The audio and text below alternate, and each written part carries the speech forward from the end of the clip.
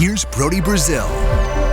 I can promise you that for the purpose of this video, I am not specifically trying to pick on Major League Baseball. As a business or the game or sport of baseball, it's nothing personal like that. In fact, I do think other leagues should also be paying attention to this conversation and learn the lessons that baseball might have to the hard way. But the point is, baseball is just the easiest and most obvious example of the comparisons and things I'm trying to present here in this video. So I am using baseball as the example, but again, it's probably not the only one in this conversation, which is this. What are things I know are popular among kids? Now, I'm not an expert. I'm just a dad, but I am observant and I am paying attention to the things that I think kids like. Pretty sure that there's a lot of kids out there these days that love Minecraft. Same thing with Fortnite and Pokémon Go. Definitely very popular among a certain young demographic. But how about Major League Baseball? Can I say that it's as popular as any of those other things? Is it even in the same, dare I say, ballpark? I am absolutely not certain. And I do think at one point, several decades ago, maybe the 80s, maybe the 90s, baseball would have been in this conversation had these other entities existed. But they didn't. And now they do. And all of this kind of presents a bigger picture. And I want to make very clear here what I'm saying and what I'm suggesting, and also what I'm definitely not trying to say here. Minecraft and Fortnite and Pokemon, all these other social things that exist, and maybe social media is even a part of that too, video games, whatever. All of this did not really exist as competition for sports in the 80s and 90s when I grew up. And I'm not trying to play the old man here and tell you that the old days were better. I'm just simply putting it like there's a lot more things for kids to get into these days. And it's not like there was nothing back then, because back then there was Nintendo. They have these things now on just a much bigger scale. It existed on a smaller scale, like you played Super Mario, or you played Tecmo Bowl, or you played RBI Baseball, and that was it. It was kind of a standalone, and there was no social aspect of it. There was no YouTube videos of other people playing these games. It was literally just an isolated thing, and sometimes, like, you would beat Zelda. You'd beat the game. You'd be done with it. There was no more until the next game came out. So look, I'm not here to blame technology and tell you that, oh, it's these games' fault and it's taking away from kids enjoying baseball.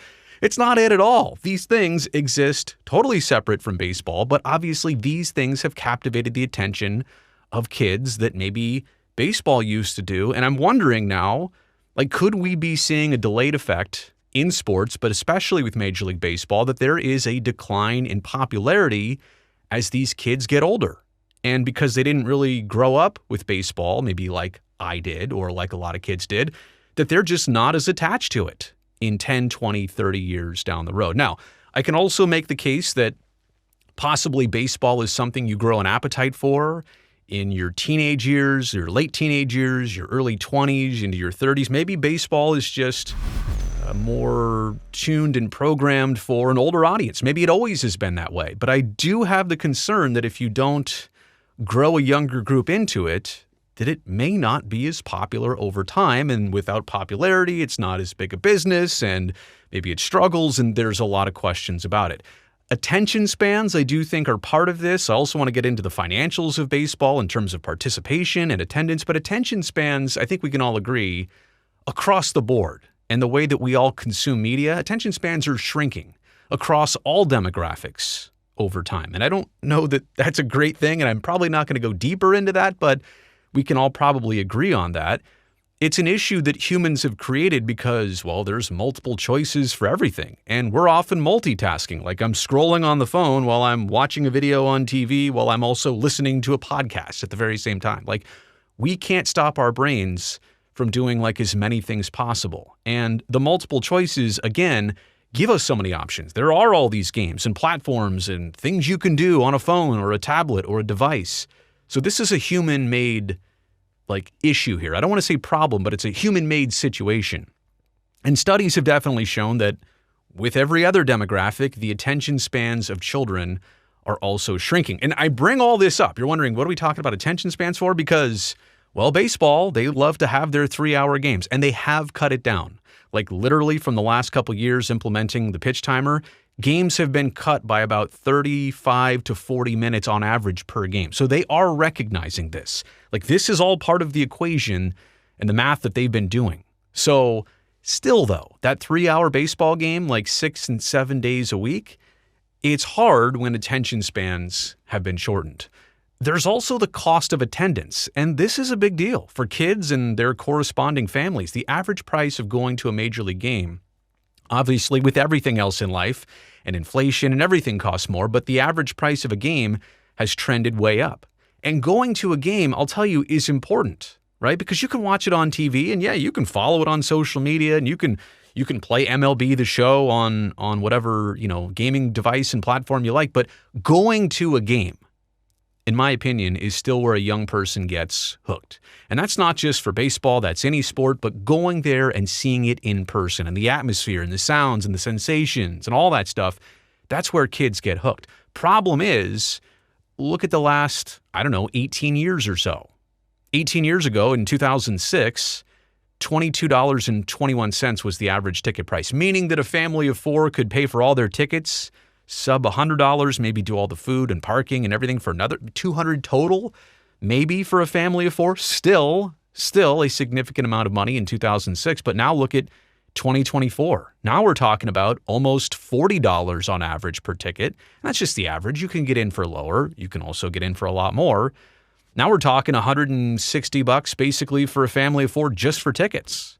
Added another $160 probably for food. We're talking $320 something plus for just going to one game. And so my point is, the less times you take kids to games, the less they get hooked by it. And the fact that MLB, has become a lot more corporate and they're shrinking stadiums and they want to make all these corporate spaces and, places that cost more to just get into the game. There are other options. Don't get me wrong. Minor league baseball still exists, right? And that's always kind of been the platform of minor league baseball. That's probably why Major League Baseball, one of the reasons they took it under their wings, because they still want that to be the entry. But minor league baseball doesn't exist everywhere across the country. And if you're really trying to hook a kid, you kind of want to take them to a big league game. It just has a totally different sensation to it and presentation to it. But kids are less likely to be exposed to Major League Baseball as it becomes more exclusive, more expensive, and more corporate. So attendance, I do think, is also part of this concern. And participation is another one. So you've gone to a game, so you love baseball. Now you want to play it. That's another way to get hooked and stay hooked on baseball. Youth leagues have become year-round, so you can't just play in the summertime anymore. There's fall ball, there's winter ball, and if you don't do those things, it's hard to play in the summer with everybody else. The cost of leagues and coaching and equipment, and for the average kid, it's like, $700 a year, $900 a year. That's probably just scratching the surface of travel ball, and when kids get older and parents are spending thousands and maybe even tens of thousands of dollars a year to participate in youth baseball. And I don't remember because I was the kid in the 90s, but it didn't seem like that back then. Participation seemed a lot more widespread than it does now. And so the cost of leagues, the cost of everything, it creates a barrier that some families just can't cross, right? Like, we can't afford this. We can't do this. Sorry, Billy. Sorry, Sally. It's not happening for you this year. Some families just can't because they've been priced out. That's terribly unfortunate. Other families that maybe can afford it are just thinking, all right, we're not going to do it. So it's either a barrier or an obstacle that the price of this stuff has gone up and the cost has gone up. So now kids aren't going to games. They're not playing baseball. So how are they supposed to be fans of it as they get older? Again, maybe they grow into it, but maybe they don't. Here's my takeaways. Do you think I'm onto something here? Because I'll be honest, I do. And it's not a great feeling. It's one of the many concerns I have for the future of baseball as a sport, but also Major League Baseball as a business. Is baseball, as a community, but specifically MLB, are they addressing future fans right now? Do you see any initiative that you're like, oh, that's a really good thing for them to be doing? There's small efforts here and there to try and grow the game among the youngest of fans, but it's never sustained. It's never on a large scale. This Week in Baseball on television when I was a kid, on weekend mornings coming on, that would get you hooked to watch that program and be like, wow, behind the scenes of baseball, these are cool players, I'm interested. Where is that programming today? What's being done? You tell me. I don't even know because I don't see it, and that's not a good thing because I'm a parent. And I'm not asking Major League Baseball to significantly change the game. I'm not saying we got to have 90-minute games. I'm not saying change the whole thing just to cater to the young audience. I want to make that very clear. I know a lot of you will think that's my message here. That's not it at all. You just have to market it better and open the doors better to invite people in better. How do you interface with the youth? How do you make it easy on them and their families? And again, Major League Baseball isn't the only one here at this table in this conversation. To some degree, football and basketball and hockey are all talking about the same thing, but it's just that baseball kind of seems to isolate the kids more than anybody else. And baseball seems to have the declining popularity in the older demographic more than anybody else. And look, the variables are going to change, and these games and platforms and things that I've mentioned here on the screen, like they're also going to evolve in the next 10 years. I think all three of these will be around.